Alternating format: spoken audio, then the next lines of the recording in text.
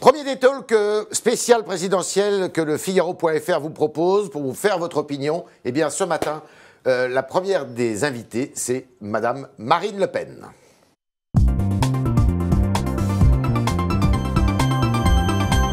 Marine Le Pen, bonjour. Bonjour. Alors, une polémique qui a été relancée sur la rafle du Veldiv. Relancée pas par moi, puisque j'ai répondu simplement à une question d'un journaliste. Ouais. Moi, clairement, je considère que le régime de Vichy n'était pas la France. En cela, je partage l'avis du général de Gaulle, de Mitterrand, de Séguin, de Chevènement. Donc vous êtes en désaccord avec la ligne Chirac? Oui, on a le droit. Qui disait la folie criminelle des occupants a été secondée par l'État français, oui, mais disait Chirac. Le régime, encore une fois, de Vichy, qui n'était pas la France, parce que la France était à Londres, a été frappé d'inexistence juridique par une ordonnance, d'ailleurs, du 9 août 1944. Je rappelle ce que disait Séguin là-dessus. La France, réduite à l'impuissance, ne peut être tenue pour responsable des fautes de ceux qui la dirigeaient ou qui l'administraient. Donc moi, je suis... évidemment indigné par cette opération d'instrumentalisation politique. Comme vous expliquez que les commentateurs disent, enfin surtout le CRIF et puis certains hommes politiques disent, elle renoue avec l'ADN collaborationniste, vichiste, révisionniste du FN. Mais c'est complètement fou de dire une chose pareille. C'est complètement fou puisque je condamne évidemment absolument sans réserve le régime collaborationniste de Vichy et les atrocités qu'il a commises ou qu'il a laissé commettre, et qu'au contraire, ma position vise à ne lui donner aucune légitimité, car c'est cela en réalité que ne voulait pas non plus ni De Gaulle, ni Séguin, ni l'intégralité des présidents de la République jusqu'à Jacques Chirac, c'est donner à Vichy la moindre légitimité. Est-ce que vous croyez que c'est utile dans une campagne électorale de remettre ça sur le tapis? Mais c'est pas moi qui ai remis ça sur le tapis, vous êtes bien placé pour le savoir, puisque vous étiez là, dans les journalistes qui m'ont interrogé. C'est M. Mazerolle qui m'a demandé précisément ce que je pensais de cela. Vous imaginez bien que je n'aurais pas parlé de ça. Et je vais vous dire pourquoi. Parce que moi, il y a quelque chose dont j'aimerais plus qu'on parle. C'est l'antisémitisme islamiste, qui aujourd'hui fait des victimes dans l'indifférence générale. Il y a quelques jours, une femme de 61 ans a été jetée, défenestrée du 3e étage, parce qu'elle était juive et qu'elle avait été menacée et traitée de sale juive par son voisin pendant des jours. Et ça, on n'en parle pas. Alors, on ne parle pas plus des jeunes, de nos compatriotes juifs qui n'osent plus sortir dans la rue avec leur kippa parce qu'ils sont victimes systématiquement d'agressions, pas que verbale d'ailleurs, d'agression physique. Donc contre cet antisémitisme islamiste, il faut combattre avec la plus grande fermeté. Or, je note que le CRIF et toute une série d'autres associations qui ont été profondément malhonnêtes dans cette affaire, eux, ne tirent pas la sonnette d'alarme contre ces fondamentalistes islamistes. La question était partie du fait que vous voulez abolir les lois, justement... Non, ça n'est pas ce que j'ai dit, monsieur. J'ai juste dit les lois mémorielles. Non, ça n'est pas ce que j'ai dit, ça n'est pas dans mon projet. C'est pas dans votre projet? Non, j'ai exprimé, encore une fois, une position sur la repentance que je considère systématique, qui vise à mettre en accusation la France. Et j'en veux pour preuve, pardonnez-moi, la dernière déclaration de M. Macron, disant que la France avait commis un crime contre l'humanité. Vous vous rendez compte? C'est-à-dire qu'il accuse le pays qu'il souhaite diriger du pire des crimes qui existent, un crime contre l'humanité. Donc, je dis encore une fois que cette manière d'accuser, notamment de la part des candidats à la présidentielle, la France, m'apparaît comme éminemment critiquable. Et c'est M. Mazerolle qui a rebondi là-dessus. Alors, on ne va pas faire le procès de Mazerolle ici. Non, mais enfin bon, est-ce que c'est pas... en fait, ça ne vient pas perturber votre volonté de dédiaboliser le Front National? Enfin, encore une fois, on voit bien qu'il y a un certain nombre de personnes qui cherchent à opérer toutes les instrumentalisations politiciennes possibles. Vous êtes victime d'une instrumentalisation? Enfin, là, ça me paraît tout à fait évident. Enfin, je veux dire, encore une fois, je suis du côté des gaullistes. Mais je suis du côté des gaullistes historiques. Dédiaboliser le Front National, c'est votre volonté? Mais ce n'est pas le problème, je veux nous montrer tels que nous sommes. Or, on voit bien qu'encore une fois, certains utilisent des méthodes qui sont objectivement des méthodes indignes. Voilà, des méthodes indignes. Alors, le 13 avril, il y a un appel au vote républicain de plusieurs loges maçonniques. Vous êtes directement visé, semble-t-il. Vous êtes au courant de ça? Oui, Qu'est-ce que vous en pensez? Le Grand Orient de France, notamment. Oui, d'accord. Et puis les artistes qui font une tribune, et puis les psychologues, j'ai vu, qui avaient fait une tribune contre moi, et puis les uns et les autres. On voit là se reconstituer une forme de système qui, à chaque élection, en réalité, ne veut pas que ça change. Voilà, ils veulent que tout ça, ça continue. Il n'y a qu'un malheur, c'est que les Français souffrent considérablement de la politique qui est menée depuis des années et qu'eux, ils veulent que ça change. Et moi, je suis la candidate qui va les protéger. Parce que c'est ça, mon engagement auprès d'eux. C'est moi qui vais protéger leurs emplois, c'est moi qui vais protéger leur sécurité, c'est moi qui vais protéger leur identité. La candidate de la protection. Je suis la candidate qui va les protéger. J'en ai le courage, j'en ai le caractère, j'en ai la volonté et j'ai le projet pour le faire. Vous voulez inscrire le principe de laïcité dans le Code du travail. Pourquoi ? Parce qu'aujourd'hui, de plus en plus d'entreprises et de chefs d'entreprise sont confrontés à la montée en puissance de revendications religieuses, communautaristes dans leur entreprise et ils n'ont pas le fondement juridique pour pouvoir s'en défendre. Et donc je veux leur donner, encore une fois, ce fondement juridique. Il n'y a pas une contradiction, face à, à une montée en puissance dont, là encore, on ne parle pas du fondamentalisme islamiste. Il n'y a pas une contradiction avec cette volonté et puis aussi le fait de vouloir autoriser les crèches dans les municipalités notamment. Non, parce qu'encore une fois, les crèches relèvent de notre patrimoine culturel, de notre patrimoine historique, et c'est la raison pour laquelle je veux mettre d'ailleurs dans la révision constitutionnelle la protection et la promotion du patrimoine historique et culturel français. L'héritage chrétien de la France, vous voulez le défendre ? Ça me paraît être une évidence, c'est un fait.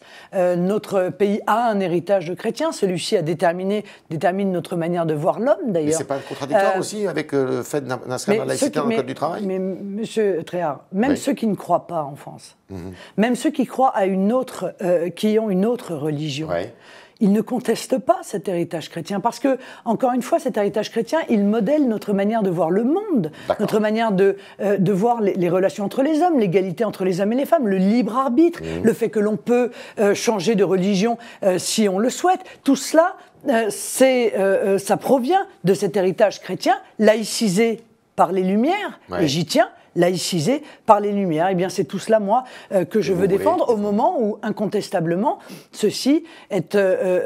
nos valeurs sont attaquées. Enfin, écoutez, on vient d'apprendre que M. Hani Ramadan est expulsé de France. Je suppose que c'est parce que on est en pleine élection. Parce que M. Hani Ramadan, il fait la tournée des mosquées de France sans aucune difficulté depuis des années. Il est l'invité du congrès de l'UOIF qui va... Chaque année, il est quasiment invité du congrès de l'UOIF, dont je demande, je vous le dis clairement, la dissolution. Voilà.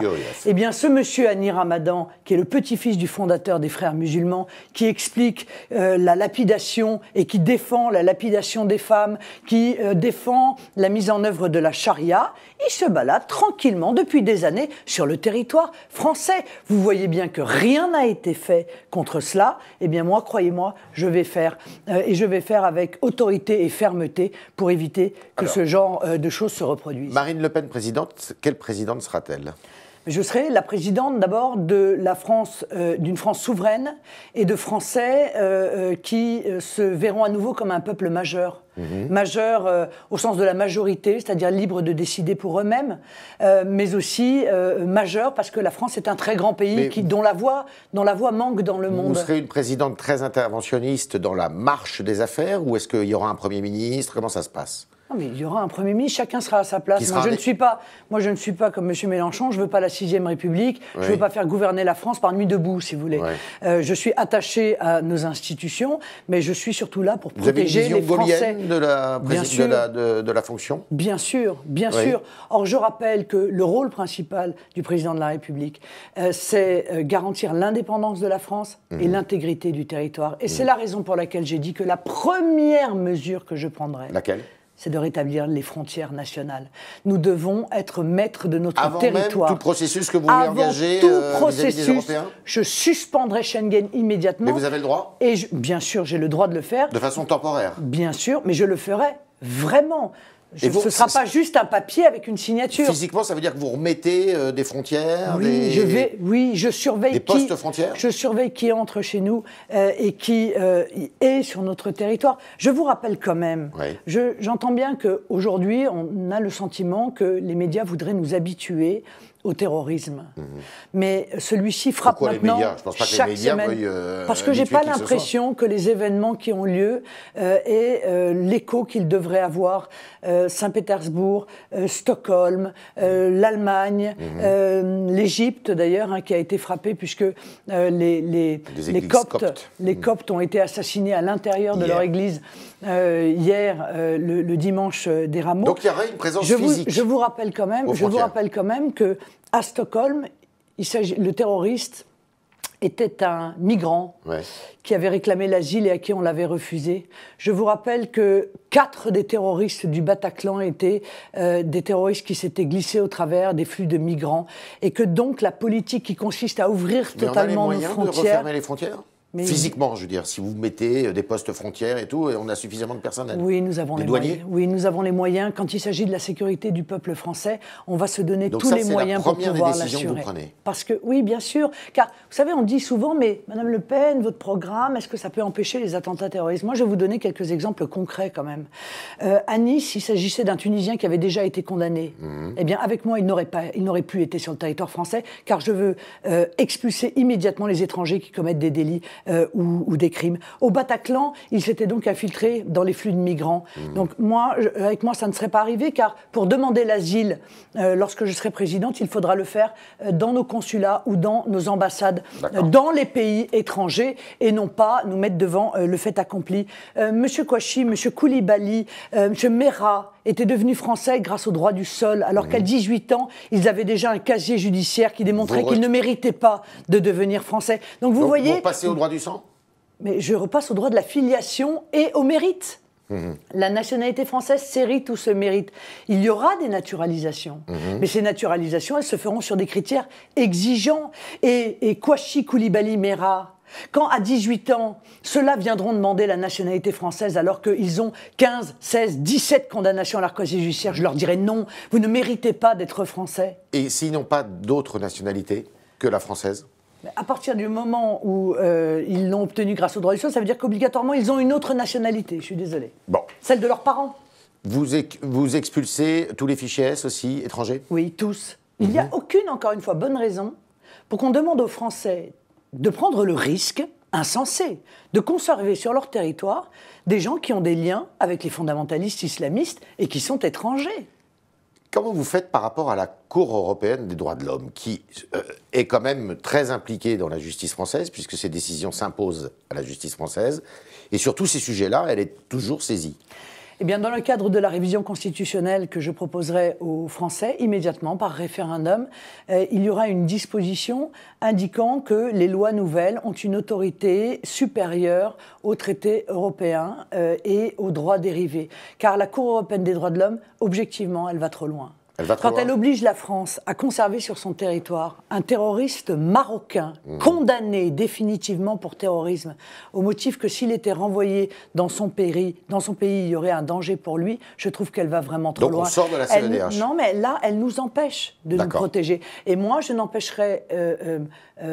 permettrai à personne de m'empêcher de protéger le peuple français contre les dangers majeurs qui pèsent aujourd'hui sur lui. Cette révision constitutionnelle, vous la faites quand? Tout de suite. Mais vous engagez tout de suite le processus européen de négociation avec nos partenaires actuels et aussi un référendum constitutionnel. Bien sûr, tout de suite. Tout de suite, parce que je veux tout de suite mettre en œuvre un certain nombre de mesures qui ne relèvent pas de l'Union européenne.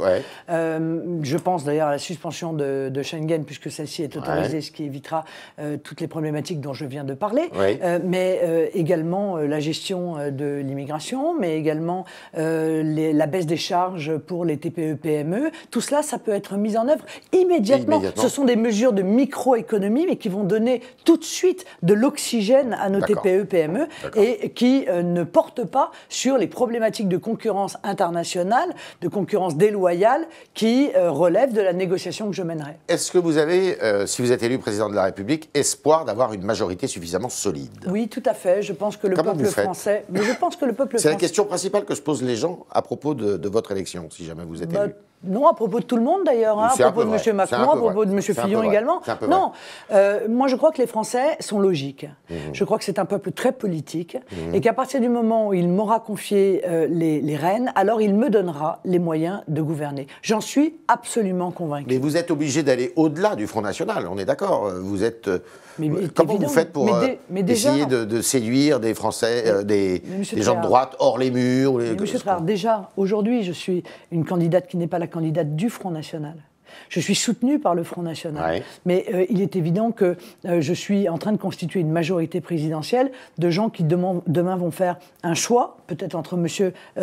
Macron et moi-même, ouais. Et qui verront bien qu'entre l'ouverture totale des frontières, la dérégulation, la loi El Khomri fois 1000 par ordonnance, puisqu'il vient de le dire, la naturalisation de tous ceux qui parlent français, ce qui fait quand même un monde fou, etc. Et mon projet, qui est un projet patriote, qui est un projet de protection, encore une fois, des Français, eh bien, ils feront le choix de me rejoindre. Et ils seront accueillis, car j'ai besoin, encore une fois, de toutes les bonnes volontés pour réussir à redresser notre pays et surtout remettre la France en ordre. Où en êtes-vous avec M. Philippe de Villiers ? Je ne sais pas, il faut lui demander, mais Philippe de Villiers a lancé un certain nombre de signaux qui sont des signaux positifs à l'égard du projet qui est le mien. Ce n'est pas tant à l'égard de ma personnalité, c'est à l'égard du projet qui est le mien, un projet attaché à la souveraineté, un projet, encore une fois, attaché à rendre aux Français leur argent, à rendre aux Français la parole, à leur permettre d'être à nouveau ceux qui décident pour eux-mêmes, contre des technocrates européens à qui nos dirigeants ont transféré la souveraineté de la France et qui prennent des décisions qui sont objectivement déplorables compte tenu de leurs résultats. Dans le gouvernement que vous allez nommer, que vous nommeriez, est-ce qu'il pourrait y avoir des anciens députés républicains ou des choses comme ça ? Il pourrait y avoir, bien sûr. Moi, je ne m'attache pas, encore une fois, aux étiquettes. Gilbert Collard travaille justement à ça. Moi, je demande 3 conditions pour participer avec moi à ce redressement. C'est être patriote, c'est la condition sine qua non,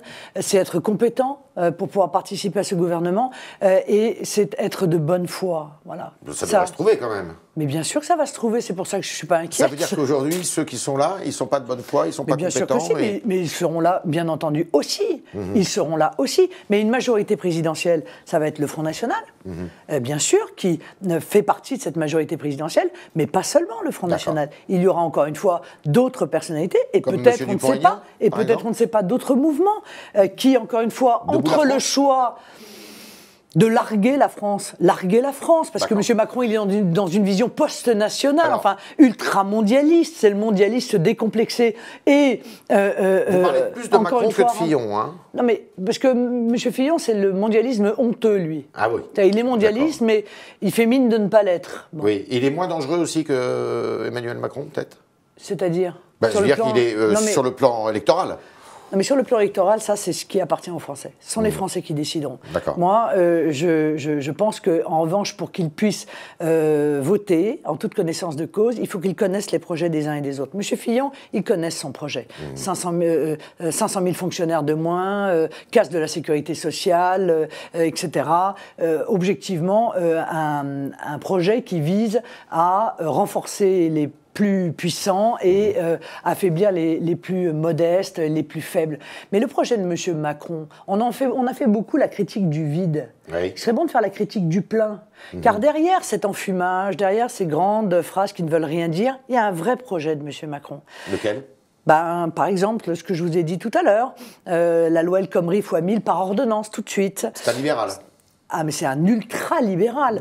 L'augmentation de la CSG d'1,7 point, l'augmentation de la fiscalité des assurances-vie de 23 à 30%, l'ouverture totale des frontières. Hein. Lui, il est très pour l'immigration. Hein. Vous avez vu, il est allé en Algérie pour expliquer qu'il fallait mettre en œuvre non, oui, mais pas pour expliquer qu'il fallait mettre en place une mobilité entre les jeunes Algériens et les jeunes Français. Encore une fois, vous pensez que la mobilité va se faire dans quel sens ?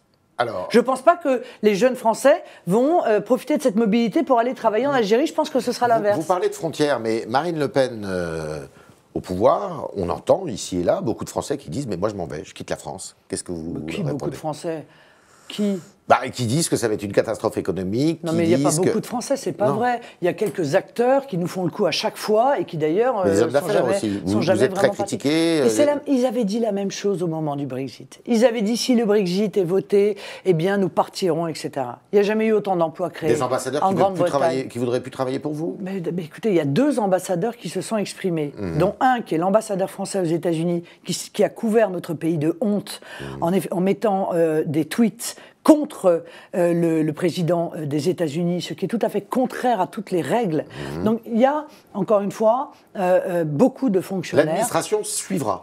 Mais moi, je crois que oui. Je crois qu'il y a beaucoup de fonctionnaires qui sont des patriotes et puis surtout qui ont le sens de l'État et qui sont là, non pas pour déterminer avec qui ils travaillent ou avec qui ils ne travaillent pas, mais qui sont là pour se mettre au service de ceux qui ont été élus par les Français. Ils sont respectueux de la démocratie. Ils sont respectueux de l'État. Et donc, ils feront ce travail. Il y aura quelques exceptions. Bien, on s'en passera. Voilà, c'est pas catastrophique. Vous, présidente, vous êtes sûre de pouvoir gouverner avec à l'intérieur du Front National, et même au-delà, des grandes différences de sensibilité, quand même, avec certains qui sont plus dirigistes sur le plan économique, et d'autres, comme votre nièce, par exemple, qui, elle, est davantage attachée aux problèmes d'identité, et qui est plus libérale, d'ailleurs. D'abord, nous ne sommes pas une secte, ça c'est la première chose. Et deuxièmement, honnêtement, il y a beaucoup moins de différences de sensibilité au sein du Front National qu'il n'y en a à l'UMP ou au PS. Sérieusement. Les Républicains, maintenant. Enfin bon, les Républicains. Beaucoup moins. Il peut y avoir des différences de vision des priorités, mais sur le fond, tout le monde est d'accord. Sur le fond, une France souveraine, l'arrêt de l'immigration, la maîtrise des frontières, un projet résolument tourné économiquement vers les TPE, PME, tout cela, ils sont tous d'accord. Donc non, très honnêtement, je ne vois aucune difficulté. D'accord. Alors, dans les sondages, il y a un homme qui monte, qui s'appelle Jean-Luc Mélenchon, qui monte beaucoup d'ailleurs, et on dit, tiens, il pourrait y avoir une finale entre les 2 extrêmes. Alors je sais que vous n'aimez pas le mot, mais entre Jean-Luc Mélenchon et Marine Le Pen. Comment on arrête Jean-Luc Mélenchon quand on s'appelle Marine Le Pen ? Comment on arrête Jean-Luc Mélenchon ? On rappelle juste Vous avez beaucoup de thèmes en commun. On rappelle juste aux Français ce qu'il veut mettre en place, voilà. Vous avez beaucoup de thèmes en commun, l'Europe notamment. Non mais pardon, mais enfin, il veut mettre en place, et il l'assume, 100 milliards d'impôts supplémentaires. 100 milliards. Alors je dis aux Français qui nous écoutent, vous en avez subi 35 milliards sous Nicolas Sarkozy et 35 milliards sous François Hollande. Bon, d'accord ? Donc vous avez vu ce que vous avez vécu les 5 dernières années, vous multipliez par 3.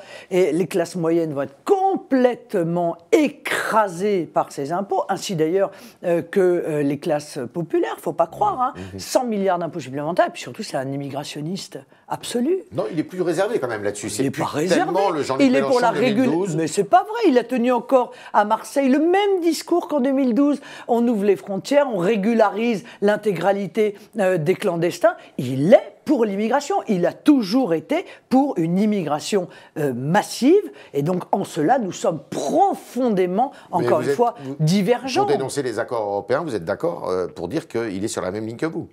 Non, mais sur la contestation des résultats de l'Union européenne. Oui, d'accord. Oui, on conteste les résultats de l'Union européenne, mais on n'est pas les seuls, il me semble, il y en a d'autres. Mais sauf qu'il y a ceux qui sont sincères, et puis il y a ceux qui sont insincères. C'est-à-dire ceux qui disent aux Français ce que les Français ont envie d'entendre, la critique de l'Union européenne, et ceux qui vont dire aux Français, moi je vais vous arracher à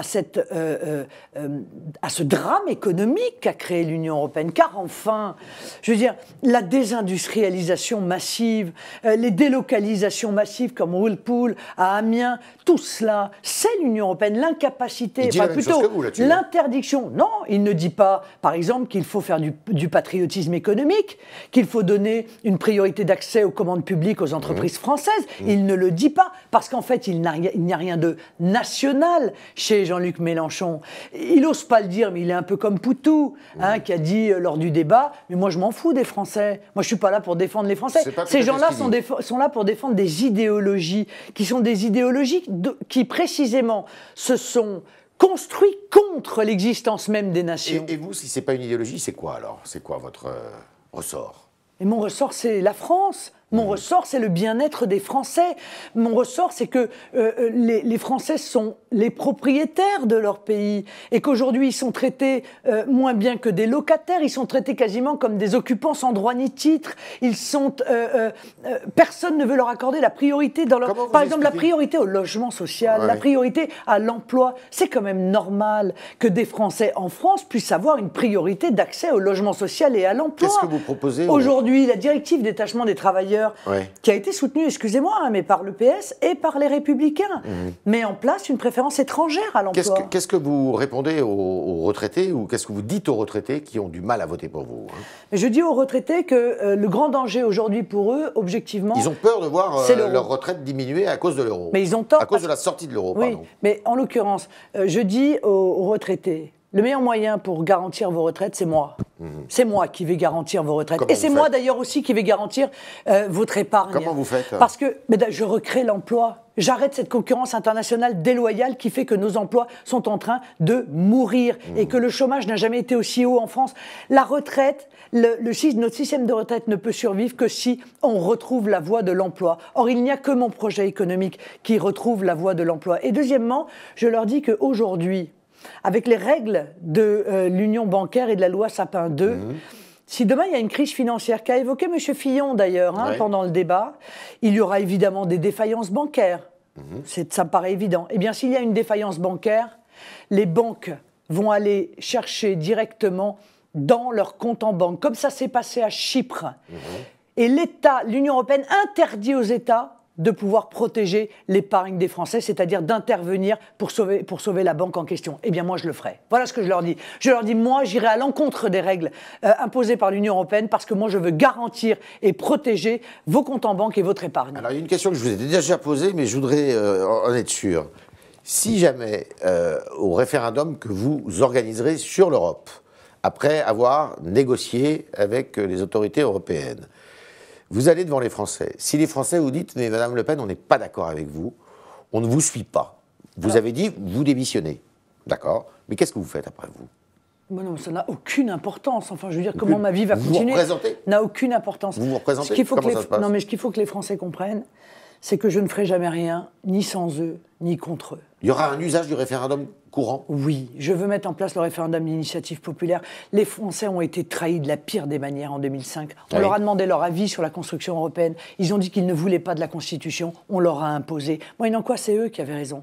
C'est eux qui étaient sages. Et ce sont leurs dirigeants, les socialistes et les républicains, qui, en les trahissant, ont été tout à fait déraisonnables et nous ont embarqués dans une aventure qui a été une aventure catastrophique en termes de résultats, que ce soit sur l'ouverture des frontières avec Schengen ou que ce soit sur le plan économique et social avec la politique d'austérité que l'Union européenne cherche à imposer à la France, qu'elle a imposée à la Grèce avec les résultats que nous connaissons. Les Grecs, aujourd'hui, ils sont payés en partie, pour un grand nombre d'entre eux, avec des bons de consommation. Vous imaginez?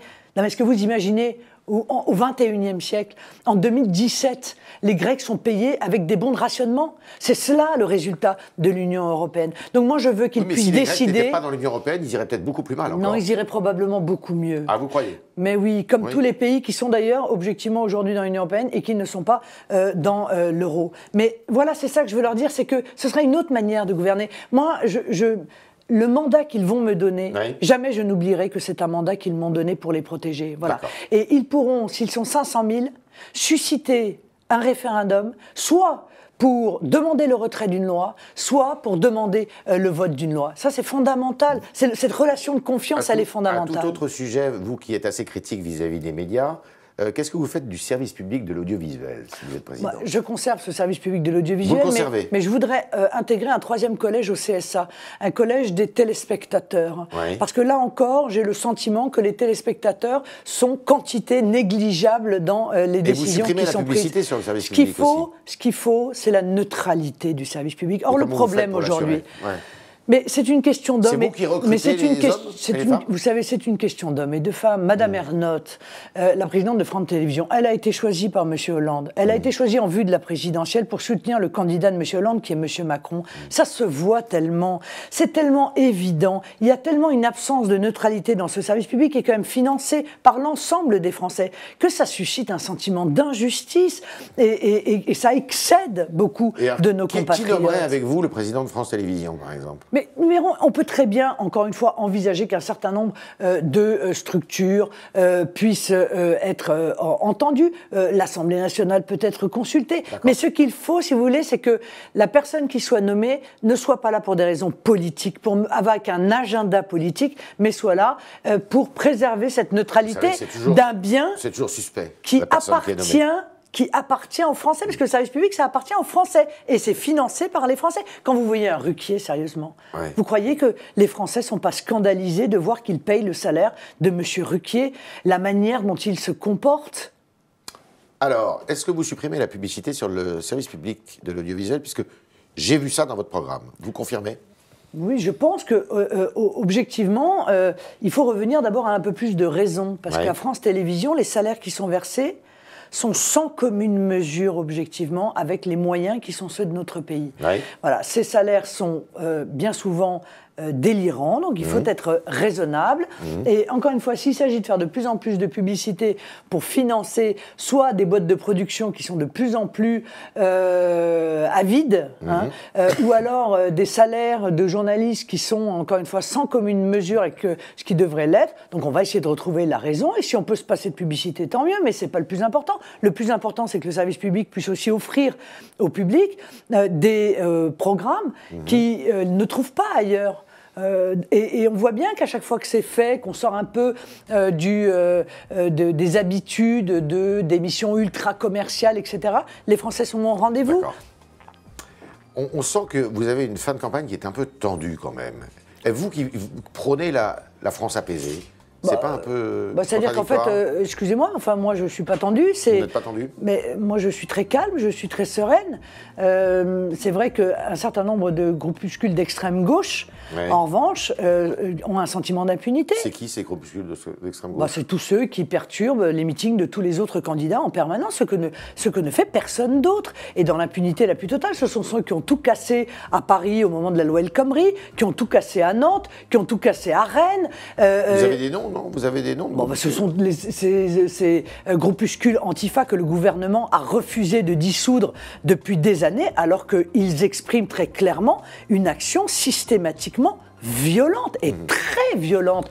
Moi, encore une fois, je n'ai jamais souhaité empêcher quiconque de parler. À moi, on cherche à m'empêcher de parler. Et les services de l'État ne sont pas toujours à la hauteur pour empêcher ces groupuscules d'agir. Deux petites dernières questions. Il a beaucoup été question des kits de campagne du Front National pour les législatives, avec des critiques qui ont porté sur quelqu'un qui est assez proche de vous et qui fabrique ces kits, Frédéric Chatillon. Votre nièce a dit qu'elle ne se procurerait pas ce kit de campagne. Ça sera obligatoire? Mais non, c'est pas obligatoire. C'est encore une fois, ce qu'il faut, c'est que l'ensemble des candidats aux législatives, qui seront les candidats de la majorité présidentielle, Rassemblement Bleu Marine, de la majorité présidentielle, en tout cas, je le souhaite, puissent exprimer une cohérence de positionnement dans l'ensemble des circonscriptions françaises. Nous avons fait cela à de nombreuses élections, et ça n'est évidemment absolument pas contestable, ce qu'a rappelé d'ailleurs lorsqu'il a été auditionné le président de la Commission nationale des comptes de campagne. Et la polémique autour de la présence justement de Frédéric Chatillon dans votre environnement, c'est... Encore une ça fois, met mal à l'aise Marion Maréchal Le Pen, semble-t-il. Mais non, mais moi j'arrive. Écoutez, si Frédéric Chatillon a fait des choses qui sont critiquables ou condamnables, il faut poursuivre Frédéric Chatillon, mais en l'occurrence, c'est pas le cas. Donc je crois qu'on essaye de tout amalgamer, de tout mélanger pour créer une espèce d'ambiance sulfureuse. Il n'y a rien de sulfureux. Frédéric Chatillon est un de mes fournisseurs. Voilà, c'est lui qui s'occupe du print, comme on appelle ça. Et puis c'est tout. Voilà. D'accord. Dernière question, je sais que vous êtes sensible à la cause animale, est-ce que vous supprimez la tauromachie?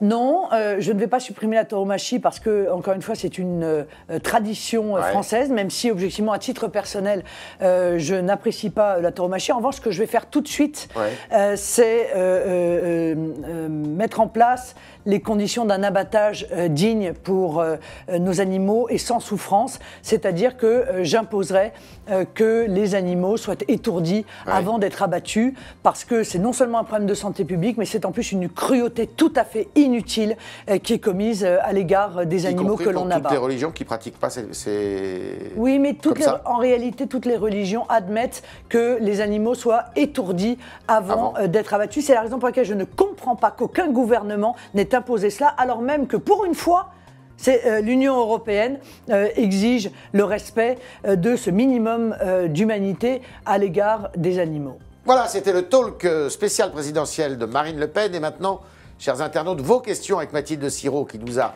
rejoint dans le studio pour quelques minutes.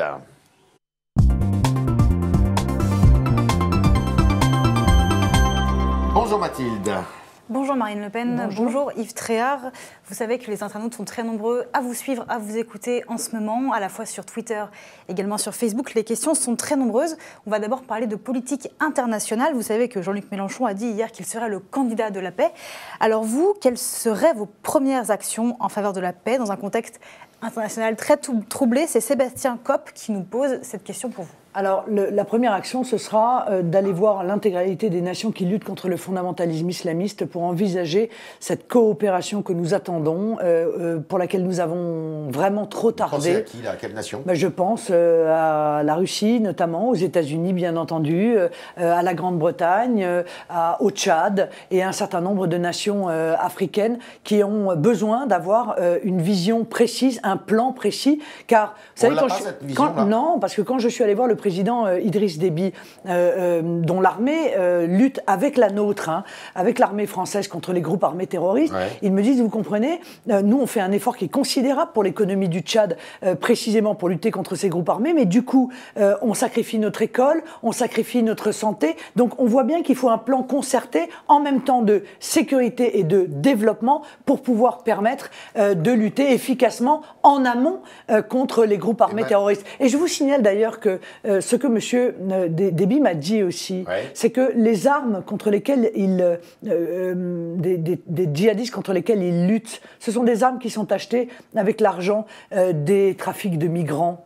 Donc on voit qu'en ayant soi-disant fait preuve d'humanisme, que moi j'ai toujours contesté cela, parce que je trouve qu'il n'y a rien d'humaniste à pousser des gens à se lancer dans ce gigantesque risque de traverser la Méditerranée, etc. Mais en plus, on permet à des passeurs de manier des sommes qui sont considérables, et ces sommes, elles servent en réalité à financer le fondamentalisme islamiste. Emmanuel Macron, ce matin ou hier, a dit « Je veux rompre aussi avec tous les accords qui nous lient au Qatar et à l'Arabie Saoudite ». Vous êtes d'accord avec lui? C'est-à-dire que nous le réclamons depuis des années, mais pourquoi il ne l'a pas fait quand il était ministre de l'économie? Parce qu'il a quand même été conseiller économique de François Hollande, puis ministre. Pourquoi est-ce qu'il n'a pas mis fin à ces accords fiscaux avec le Qatar et l'Arabie Saoudite qui ont été mis en place par François Fillon, et qui dénonce aussi maintenant. Ah bah oui, c'est drôle, mais c'est donc le règne de l'irresponsabilité en réalité. Et là, on voit qu'il y a une absence de sincérité chez ces gens-là. Ils n'ont pas de conviction. Ils disent des choses parce qu'ils pensent qu'à un moment précis, ça fait plaisir aux Français. Moi, je ne suis pas là pour faire plaisir aux Français. J'ai toujours eu des positions extrêmement courageuses, parfois seules contre tous. Ça a été le cas en Libye. J'étais seule contre tous à dire nous sommes en train de commettre une erreur majeure. Il ne faut pas d'intervention. On va aider les fondamentalistes islamistes. Et on a vu que sur ce sujet-là, j'avais raison. Même Mélenchon, à l'époque, était contre moi et il défendait précisément cette intervention en Libye. Donc, allez donc vers la sincérité, vers le courage, vers ceux qui ont des convictions.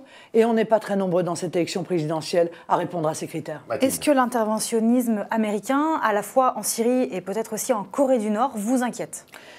Oui, l'interventionnisme m'inquiète toujours, voilà, parce que M. Trump avait dit qu'il ne voulait plus que les États-Unis soient le gendarme du monde, et là on voit en l'occurrence que, faisant fi de toutes les instances internationales, n'attendant pas d'ailleurs les résultats de l'enquête, il envisage d'intervenir seul.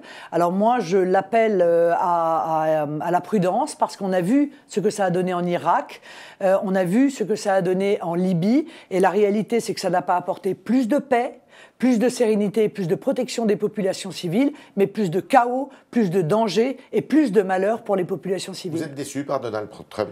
bon, je ne peux pas tirer une conclusion sur une décision, mais en tout cas, je note, vous voyez, j'ai la franchise de le dire d'ailleurs, hein, je note que ceci est en contradiction avec un des éléments qui m'apparaissait positif dans son projet, qui était de dire « je serai le président des États-Unis, je ne veux pas être le président du monde ». Voilà, le président du monde. On va revenir en France. Cette question très précise de Brahim Dassi, qui souhaite savoir quel serait votre Premier ministre si vous remportez l'élection présidentielle. Je ne peux pas répondre à Brahim tout de suite, parce qu'il faut attendre que les élections présidentielles aient eu lieu. Il faut surtout attendre de savoir comment se dessinera la majorité présidentielle. J'avais dit que ce ne serait pas obligatoirement quelqu'un du Front National, mais puisque ça a été un peu dénaturé mon propos, ça pourrait être quelqu'un du Front National. Les deux sont possibles. Les deux sont possibles. Une question de Martine. En cas de second tour entre Emmanuel Macron, François Fillon, pour qui appellerez-vous à voter ?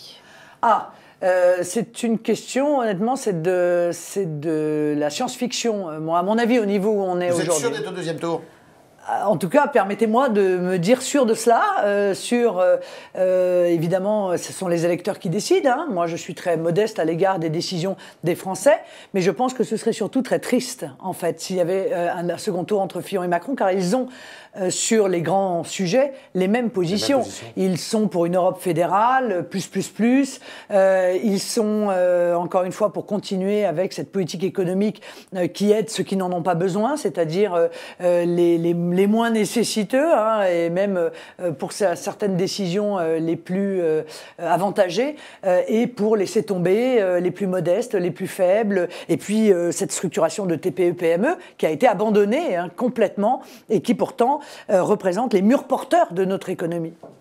Alexandre, qui nous suit très régulièrement, vous demande, est-ce que Emmanuel Macron a réalisé votre rêve, celui finalement d'être l'incarnation de l'UMPS ? Oui. Clairement, oui, il est vraiment le candidat du système dans toutes ses composantes. D'ailleurs, je rappelle que M. Fillon avait envisagé de le prendre à son cabinet lorsqu'il était Premier ministre. M. Valls a tendu la main à M. Fillon, qui a accepté la main de M. Valls, qui lui-même a appelé à voter pour M. Macron. Donc j'ai l'impression qu'effectivement la boucle est bouclée et que M. Macron est aujourd'hui clairement le candidat de l'UMPS, mais surtout le candidat des mondialistes. Qu'est-ce que ça révèle ? Ça révèle qu'il y a, comme je le disais depuis de nombreuses années, en fait un vrai clivage qui est entre les patriotes et les mondialistes, entre les nationaux et les post-nationaux. Il est le candidat du mondialisme, il est le candidat de cette vision post-nationale. Une question d'Olivier Debourg. Le SMIC va-t-il augmenter ? Si oui, de combien et quand ?